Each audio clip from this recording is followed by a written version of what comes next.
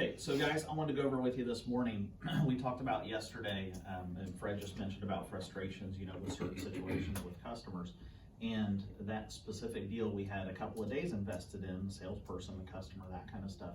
And of course, they grew frustrated at the end of the process. So I feel like if we do some things leading into it and along the way, we can maximize, give the customer the best possible experience, a VIP experience 100% of the time, no exception, without fail, like I like to offer, and also make it a smooth and easy transition into getting them a newer pre-owned car of their dreams.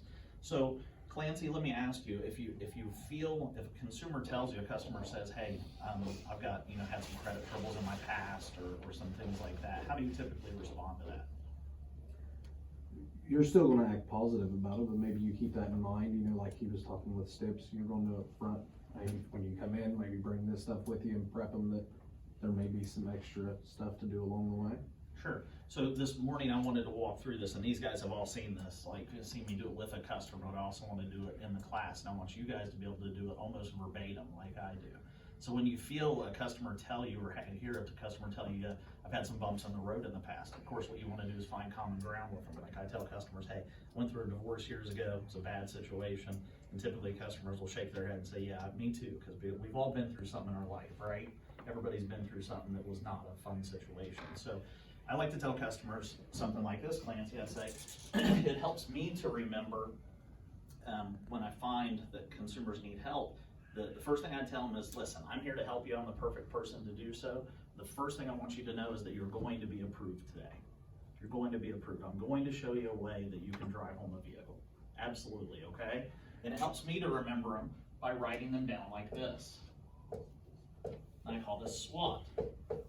See, banks lend money on 4 key principles, and this helps me keep them organized in my head. And the first one, S, stands for stability.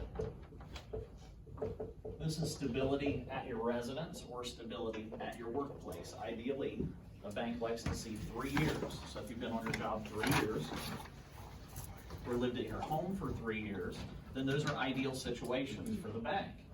So, Mr. Customer, I see you've been at your job 1 year, and you've lived in your home 1 year. So those might be a little bit less than ideal, but we can still work with that. That's no problem. But I want you to know that 3 years is the ideal situation here, okay? The W stands for willingness.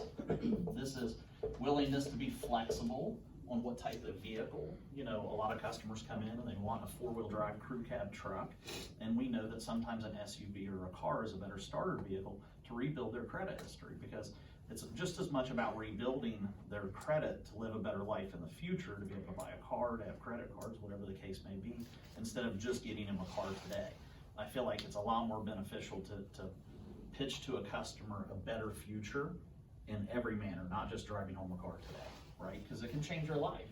Building good credit versus poor credit can change their life. So the W stands for willingness. Willingness to be flexible on what kind of vehicle they may drive home today, and also willingness to be flexible on initial investment or down payment. Banks like to see, preferentially, 25%. So this means, Mr. Customer, if you're looking at a $20,000 vehicle, a bank might ask you for $5,000 down. Now, people buy cars with less money than that down every single day. Happens all the time. But ideally, they like to see 25%. Does that make sense?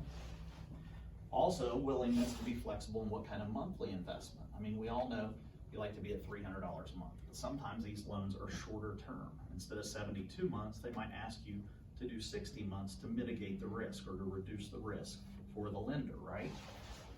The willingness to be flexible in what type of vehicle, what their monthly investment is, and what their initial investment is. Those are key points. The A stands for ability. The lender wants to know that you have the ability to repay this loan, right? So they're probably going to ask you for proof of your income, how much money you make, was it year to date, or do you have a tax return, a 1099, that kind of thing. So that ability is very, very important. This is where proof of income comes into play. The T stands for track record. This is how well you paid for cars, mortgages, credit cards, any collections, medical bills, that kind of stuff. So, and this is the part where a lot of people do get hung up, because some people have a bad history and they're trying to help them rebuild that for the future, correct? So this is auto loans, mortgages, credit cards, things like that. So if you meet all these requirements, the 3 years, the 25%, you can prove your income and you've had some positive history here, you're definitely getting a good car loan today. And I like to tell people that your interest rate is directly reflective of the risk factor with the lender. So if your risk factor is high, then the interest rate tends to reflect that and be higher. So if the risk factor is lower, your interest rate tends to be lower, right? Okay, so for me, these are the 4 things that make the most difference in auto lending. And remember, we're gonna get you approved today and help you get into a car.